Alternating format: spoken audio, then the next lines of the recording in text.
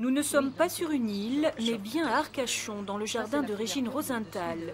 La photographe parcourt le monde sans jamais se lasser de contempler le bassin depuis 25 ans.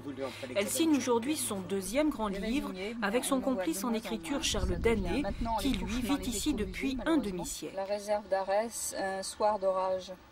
Là, oui, c'est pas ma chaise longue, mais je m'y mettrais bien. Vous êtes sorti pour photographier? Oui, oui, oui. Un ouvrage publié à la Renaissance du livre dans une collection intitulée L'esprit des lieux.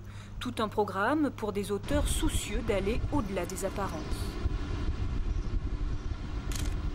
J'ai essayé de faire quelque chose qui sortait de mes tripes, de mon cœur.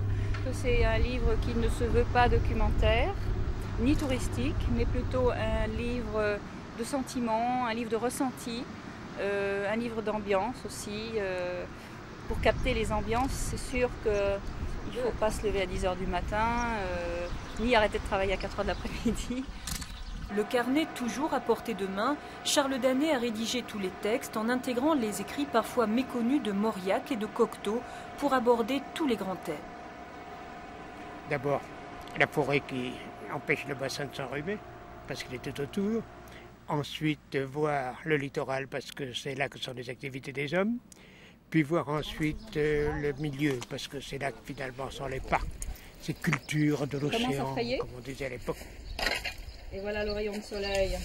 Voilà.